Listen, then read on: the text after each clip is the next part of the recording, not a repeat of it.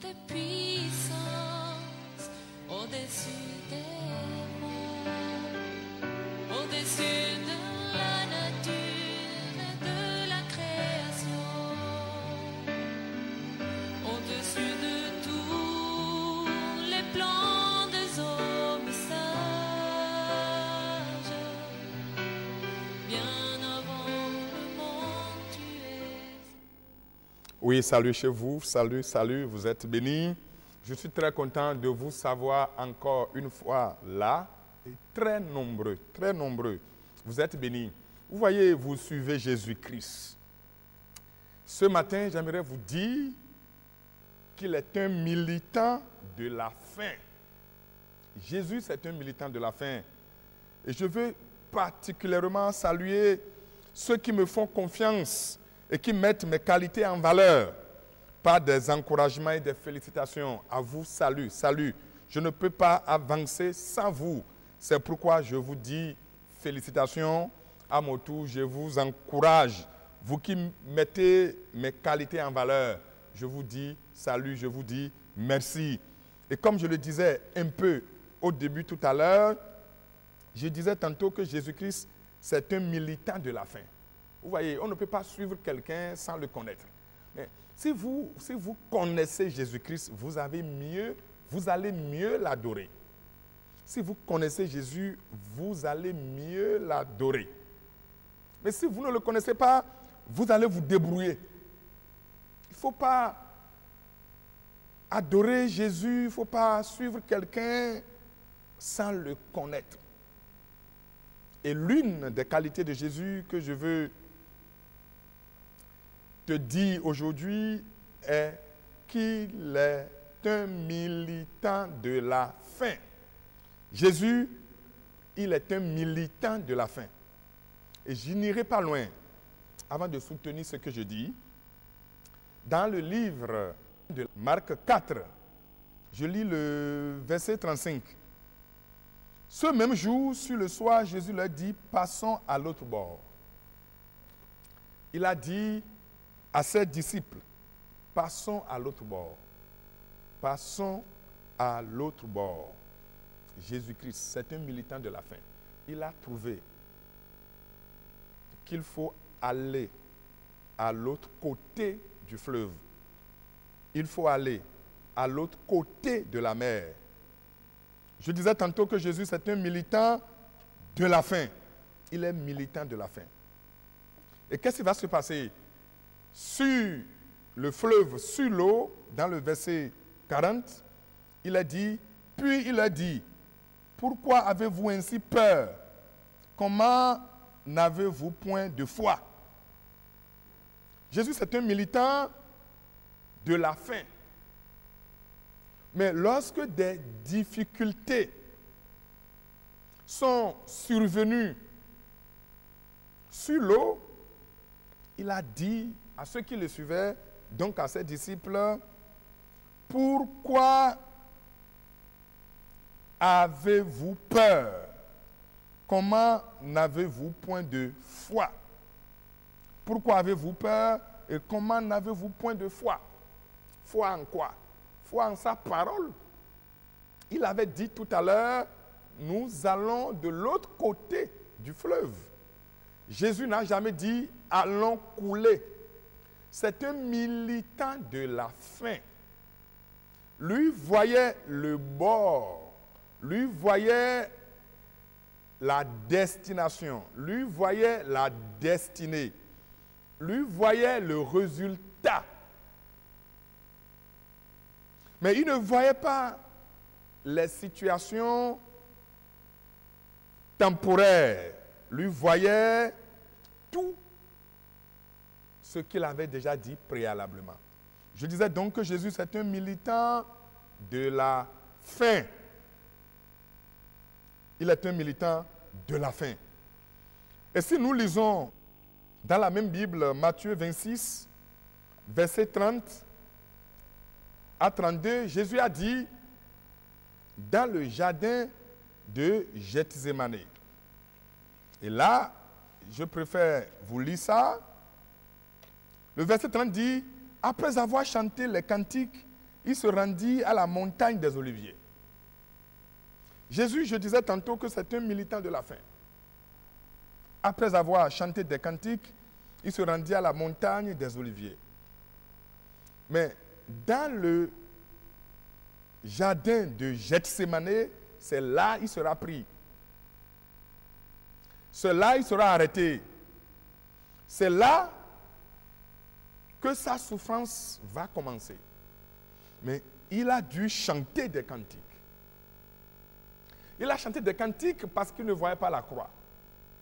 Il a chanté des cantiques parce qu'il ne voyait pas la mort. Il a chanté des cantiques parce qu'il ne voyait pas l'arrestation et les problèmes. Lui, il voyait la Galilée. Parce qu'il a dit, je vous précéderai en Galilée. Mais mes frères, je vous en prie. En réalité, quand tu vois les épreuves, quand tu vois la croix, quand tu vois la mort, le comportement de Jésus-Christ ici nous demande de chanter des cantiques. Jésus ici a chanté des cantiques alors qu'il était à quelques heures de son arrestation. Jésus-Christ a commencé par bénir le Seigneur. Il a commencé par louer le Seigneur. Jésus-Christ a commencé par danser. Il a commencé par danser. Et Jacques nous a dit, voyez comme un sujet de joie les épreuves. Ça veut dire, quand tu es en face d'une épreuve, tu te mets à danser, tu te mets à louer, tu te mets à bénir.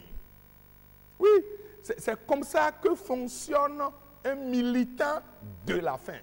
Un militant de la faim. Il a vu la faim, mais lui ne voyait pas la continuité. Ou si tu veux, la continuation. La continuation ne l'intéresse pas. Le milieu ne l'intéresse pas. Lui, il a la fin en tête. Il a la fin en tête. Il a la fin en tête. C'est un militant de la fin. Jésus-Christ que tu suis là, c'est un militant de la fin. Un militant des résultats. C'est ça, Jésus. Vous voyez, vous l'adorez. Et je suis une autre voix qui vous dit que Jésus-Christ, c'est d'abord le mental. Oui. On ne peut pas suivre cet homme et rester dans l'échec. Mais quand on vient à lui, on passe de l'échec à la réussite. Mais quand on vient à lui, on passe de la lanterne rouge à la tête. Mais c'est ça en fait. Jésus-Christ, vous l'avez vu, il a dit, je vous précéderai en Galilée. C'est un militant de la faim. Le jour où quelqu'un va commencer par militer pour la faim, militer vraiment pour la faim, il ira à la fin. Vous irez à la fin. Maintenant, comment militer enfin pour la fin? Et là, je vous dis, il y a en vous une mine d'or, d'où vous pouvez extraire tout ce que vous avez besoin. Il y a en vous une mine d'or, d'où vous pouvez extraire tout ce que vous avez besoin. Tu es magistrat, tu es avocat, tu es professeur, tu es un cadre de l'administration, tu es intellectuel. Bien vrai que j'ai souvent démontré que même le forgeron, c'est un intellectuel, le boutiquier de Kétou, c'est un intellectuel, l'agriculteur de l'Afrique de l'Ouest, c'est un intellectuel. Maintenant, tu te dis intellectuel ou tu es intellectuel, je dis que tu as en toi une mine d'or. Quoi que ce soit que vous voulez, vous pouvez le tirer de vous-même. Ce que tu veux, tu peux le tirer de toi-même. Tu peux bien le tirer de toi-même. Il y a deux types d'hommes dans la vie. Quelqu'un qui dit, le Seigneur a mis en moi des richesses. Et je peux les exploiter facilement. Parce que réussir est facile. Il y a un autre qui dit non, il faut la magie, il faut l'horoscope, il faut la chance, il faut le hasard. Non. La réussite, ce n'est pas la magie.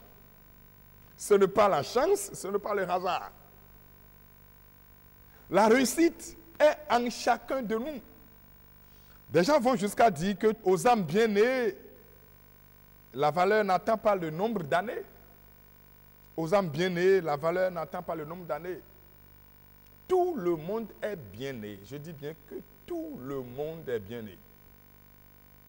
L'Africain est bien-né, l'Européen est bien-né, l'Américain est bien-né, l'homme de l'Orient est bien-né et tout le monde est bien-né. Tout le monde est bien-né. Quand vous dites aux âmes bien-nées, la valeur n'atteint point le nombre d'années, c'est zéro. Ça n'a pas de sens. Ça n'a pas de sens. Nous sommes bien-nés. Tout le monde est bien-né.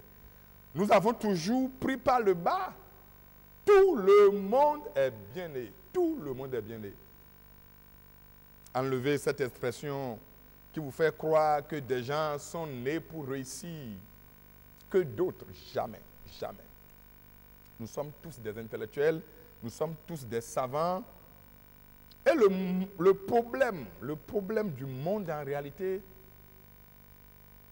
ce n'est pas l'ignorance. Je dis bien, le problème du monde, ce n'est pas l'ignorance. Le problème du monde, c'est ce que les savants savent et ne mettent pas en pratique. Autrement dit, le problème du monde, ce n'est pas l'ignorant, c'est le savant. Le problème du monde, c'est le savant qui ne met pas en valeur ce qu'il connaît.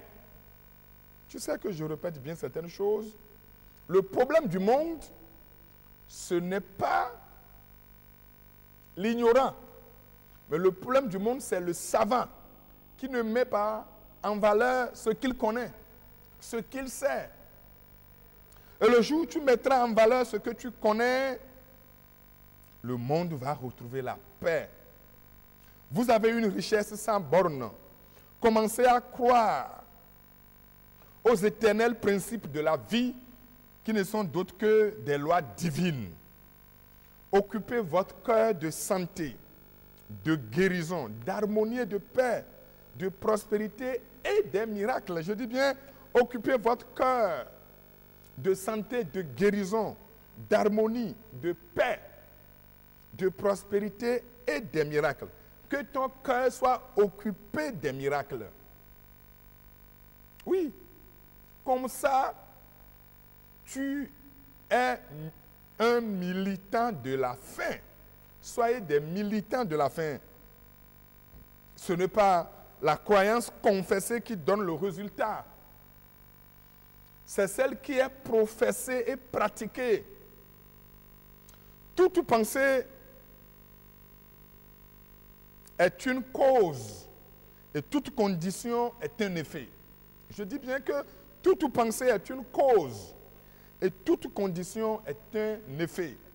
Si tu veux changer ta condition, il faut changer ta pensée. Jésus-Christ a dit, allons de l'autre côté. Et mieux, il a chanté des cantiques avant de se rendre au jardin de Gethsémane. Il a vu la Galilée. Il n'a pas vu la croix, il n'a pas vu la mort, il n'a pas vu les problèmes, il n'a pas vu les médisances. Mais lui, il avait un résultat dans sa tête, dans sa pensée. C'est pourquoi il a dit, je vous précéderai en Galilée. Il les a vraiment précédés en Galilée parce qu'il est un militant de la fin. Soyez des militants de la fin. Lorsque votre esprit pense correctement, vous vivrez correctement. Je vais conclure en disant, on peut quitter la pauvreté pour l'abondance si on est militant de la fin. On peut quitter l'ignorance pour la sagesse si on est militant de la faim. On peut quitter la douleur pour la paix si on est militant de la faim. On peut quitter la tristesse pour la joie si on est militant de la faim. On peut quitter les ténèbres pour la lumière si on est militant de la faim. On peut quitter le désordre pour l'harmonie si on est militant de la faim. On peut quitter la peur pour la confiance et la foi si on est militant de la faim. On peut quitter l'échec pour le succès si on est militant de la faim. On peut quitter l'asservissement pour la liberté si on est militant de la faim. Assurez-vous maintenant que vous pensez très bien. Assurez-vous maintenant que dans votre pensée se trouvent des idées véritables, des idées honnêtes, des idées justes, des idées pures. Assurez-vous que dans votre pensée se trouvent des choses aimables, des choses bienséantes, des choses louables. Soyez enfin des militants de la faim. Et le Seigneur vous conduira à la fin de tous vos projets, de toutes vos visions. Le Seigneur est avec vous. À très bientôt.